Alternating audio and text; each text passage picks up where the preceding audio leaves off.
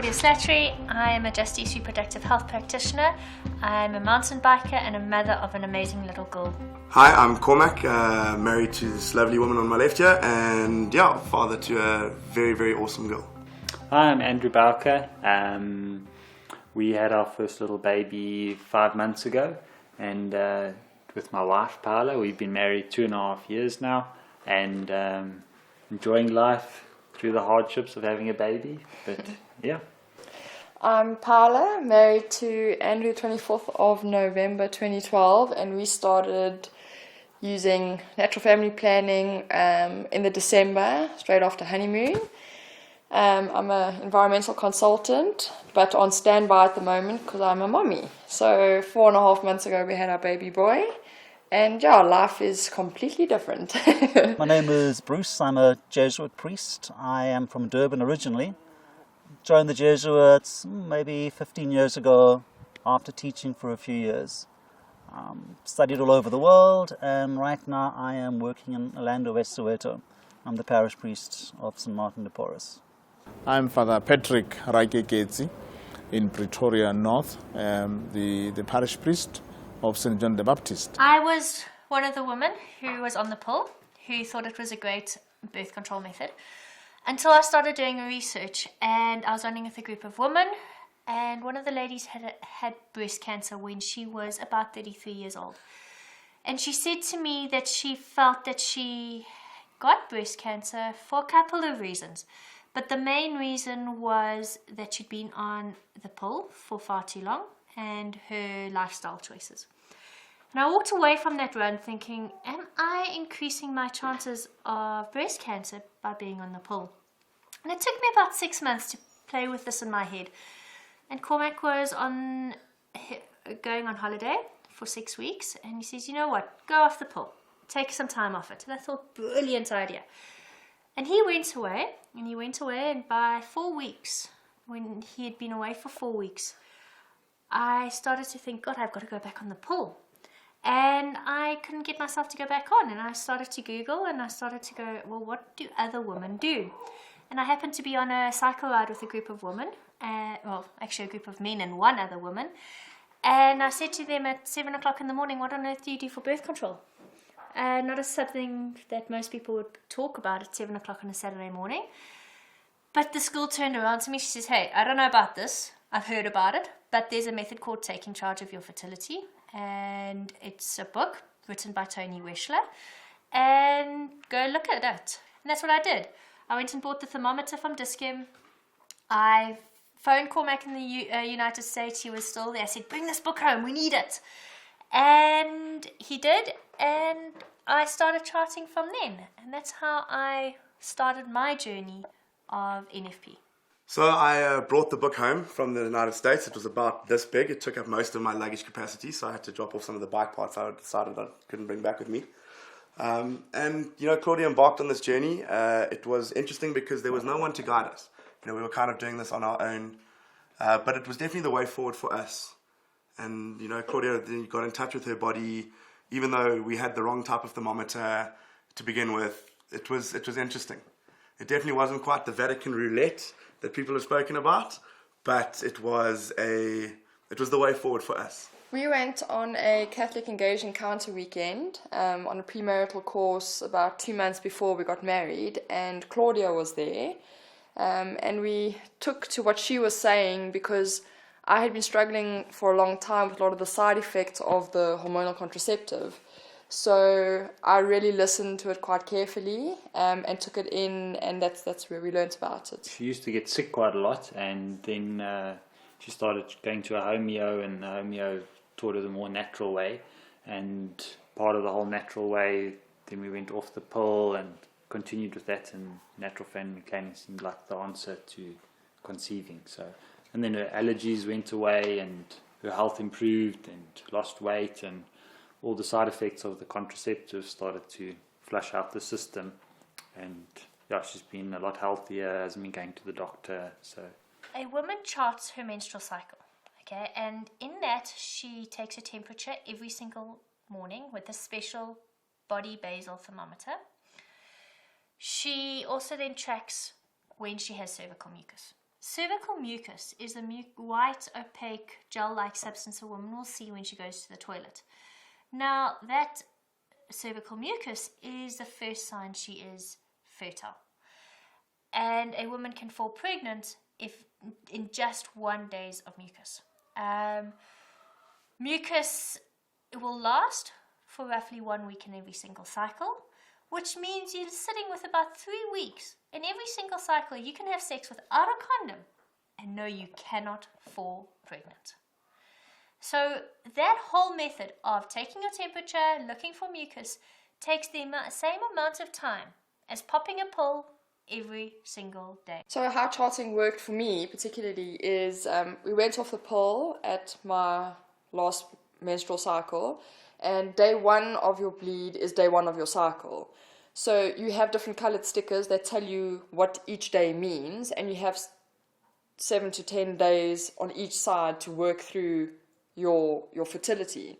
And what I did was, initially every morning I took my temperature and I wrote it down on my logbook. I had a logbook, and I would write down what I ate and how I felt every day, in terms of and as well as noticing other signs that my body was giving me as to where I was in my cycle. And I'd write that down in my logbook. And in the beginning I was quite scared of it. I felt, I can't do all of this. I can't write all of this stuff down. And within 6 to 12 weeks, I knew my body so well I didn't even have to write anything down. So what I would do from my logbook is then I would transfer it onto your chart so you can physically see it and draw in your dots and draw a line and see what your body's doing in terms of temperature, in terms of how you're feeling, and when you ovulate, because your body tells you immediately, you know what's happening. Charting your cycle is not necessarily just for birth control or when you guys are ready to fall pregnant. Charting enables you to take control of your life, because your menstrual cycle is the key to what's going on in your overall body. So if you're suffering from PMS, acne, polycystic ovarian syndrome, endometriosis, any menstrual cycle health disorder, you're not bleeding, you are bleeding too much, this is a sign that your body is saying, help me, and it's time to change. And with these awesome visual tools and these pictures, it will give you the courage and the motivation to make the change that you need to. So, and this is why I say this method might not be there for birth control for you, but might be there because you need to change your life in order to live healthy and feel fantastic every single day of the cycle. And that is why this method is a lifestyle change, and you can use it whether you want to use it for birth control, but also to monitor your health. In the beginning it looks complicated, but no, it's actually really simple, and a lot of it makes sense, and as you're going through it, you're learning how simple it actually is. So in the beginning it's overwhelming because you have papers and colors and stickers and pens, but it's actually really simple and to the point. Indicators are temperature. Temperature can tell us if there's thyroid problems and adrenal problems. And too much mucus production can tell us if there's too much estrogen in your cycle, which is a precursor for cancer later on. If there's not enough mucus, if there's no mucus, then we know that there's a potential problem of falling pregnant when you want to fall pregnant. A luteal phase, the phase from ovulation to your next cycle, can indicate that you will menstruate a fertilized egg out but cannot fall pregnant. This has become more of a lifestyle thing for us because, like Andrew said, I used to get really sick. Eventually they actually thought I had lymphatic cancer, and they took my gland out, and only to find out that I had chronic fatigue syndrome. Now, part of the side effects of the oral contraceptive is chronic fatigue syndrome, and you don't realize all of this stuff because no one markets it like that, whereas on the natural side of things, you don't get exposed to any of that stuff. So we decided to go off the pill, go to a homeo, cleanse my body completely. I used to be on antibiotics every 6 weeks because I was supposedly sick. They never really knew why. But ever since I've gone off the pill, gone off gluten, and charted according to the natural family planning method, I've been sick once in 2 years. So my body's completely detoxed, and it's a way of life. It's clean, it's healthy, it's lively. I don't have to sleep everywhere I sit down now. I can live life, and we can actually be happy doing that, not worry about everything that's toxic to us, and not worry about getting sick every time. So it's been a really cool journey. So from my perspective, as Claudia said, she got in touch with her body, which is great, because when her body's shouting her to stop and rest, she does. She's able to listen to those things. But beyond that, she's also, for the first time, developed a sexual libido. And it's really nice to walk in the door and get jumped occasionally.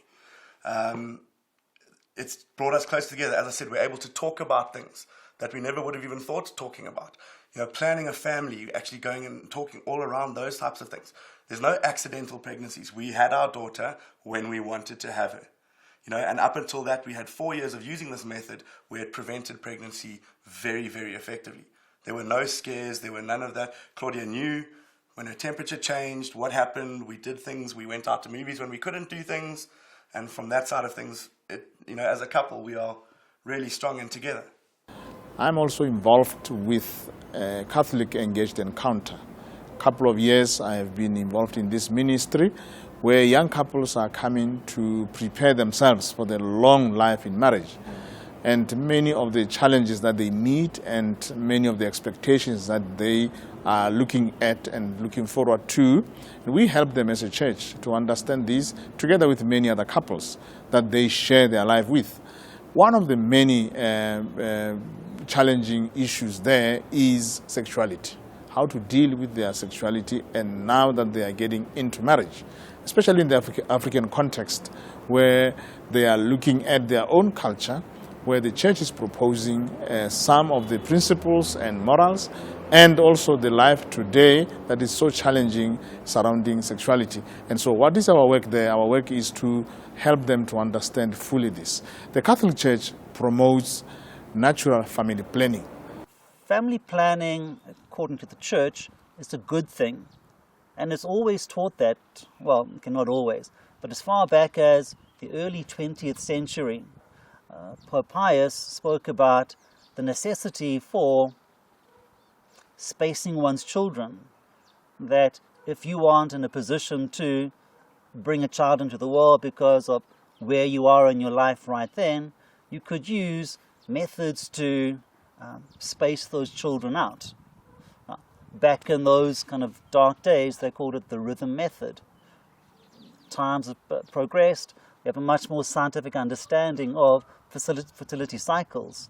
So we now have natural family planning, because the church believes that we have to be responsible in how we use our ability to give life. And that's what the Bible talks about, that's what the doctrine of the church says, and that's what the marriage as a sacrament proposes.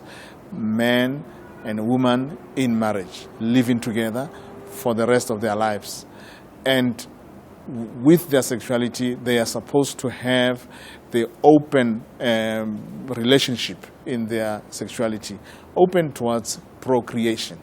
And therefore, we in the community of CEE, we help them to understand that marriage should promote natural family planning. A lot of case studies I've had, but the ones that really stick in my head are where the men turn around, and I've had about 3 men who were skeptical on this method at first, and they're like, I'm not so sure, but we're going to give it a try.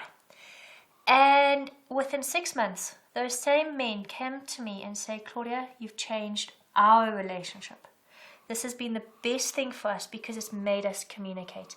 And it's so incredible to know where my wife is in her cycle and to understand her and to know if I need to give her that extra hug. And from women, when I sit down with a woman, she'll start off, she'll use this method for her goal, whether it's to fall pregnant or not fall pregnant, and she'll come back to me in 6 months later and she'll be a different woman. She'll understand her body and she'll understand what it's telling her. And when I work with couples who are battling to fall pregnant, I often say that the symptom is that you're not falling pregnant. And it's the sign to say you need to change.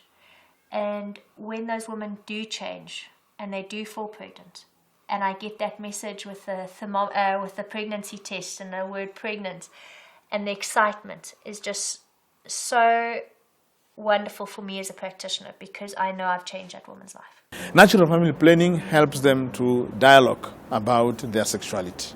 This helps them also to talk about spacing of children. Spacing of children, and these children, how many children do they want? And also, how well do they want to raise up their children? And so they don't have to wait for a surprise. They don't wait with the artificial contraception that they have. And also, very important for them to know exactly well that both of them are healthy. And when they are healthy, then they are able to enter into a very good parenthood. Natural family planning also helps them for a better parenthood, because they know both of us were involved. It is not only the woman who has to battle with the issues of pregnancy, if she's going to get pregnant or not. From our experience, there is no downside to it. You know, there's no hormonal imbalances or balancing act that the oral contraceptive and things like that forces Claudia into. And the fact that we've discussed this as a couple, you know, we've decided that this form of birth control is the way forward for us. I haven't seen any downsides. I've just seen the upsides, the increased sexual libido, the fact that Claudia knows her body. She knows when she's getting sick, so she can stop and rest. She can preempt. I don't think in the last 3 years, I don't think Claudia's been seriously sick one day in those 3 years, because if the body temperature has shifted and it's not a regulated shift as in terms of her ovulatory cycle, she knows that there's something going on. Maybe she needs to take her foot off the gas and just relax a little bit more. The downsides for me, I would say, are very few and far between, because I've learned so many positive things about my body and my life by doing NFP that I don't have any downsides. A lot of the benefits for NFP is if you can time it, that you know when you can go on a nice evening out and you can have some wine and finish the evening off well, then that's what charting does. So you know exactly when she's going to be in a good mood and when everything adds together. So it's always one of the pros. It's definitely brought us closer because we understand exactly what's going on. And it's quite fun, actually. Because you can work yourself up to the days that you can and days that you can't. So it brings a different dynamic to your relationship, which is really cool. So the church promotes natural family planning because it is this total sharing of one another. This is one aspect of the relationship where both male and female are equally responsible. And it is a total giving of oneself. So it's not as though this is now something which is only the woman's responsibility or the man's responsibility, but they both take responsibility for coming together in marriage, committing themselves to each other in a lifelong relationship, but then also they take responsibility for what happens after that. That is the life which they bring into the world. And because natural family planning requires the complete commitment of both partners, both male and female, husband and wife, this is why I think there is more buy-in, if I can put it like that. This does involve the consent, the participation of both partners. Also, something that I feel is that we're a married couple. Why put a barrier in between us? We are each other's other half, you know. So for us emotionally and physically to put something between us, I don't think it's fair or right on our marriage either. From my perspective, this method is for everybody. If you are in a loving relationship, then you guys need to be able to talk about anything and everything, because that is why you are becoming husband and wife. And this method requires two people. It's a partnership. And you have to understand that when you are fertile, if you don't want to have kids, then you can't have sex. But that's not a bad thing, because sometimes abstaining requires you to communicate. And in today's society, communication is one of the things that is lost in a relationship. NFP brings couples together because it encourages communication and builds relationships. And therefore, if you're getting married to your fiance, you should be able to talk about this.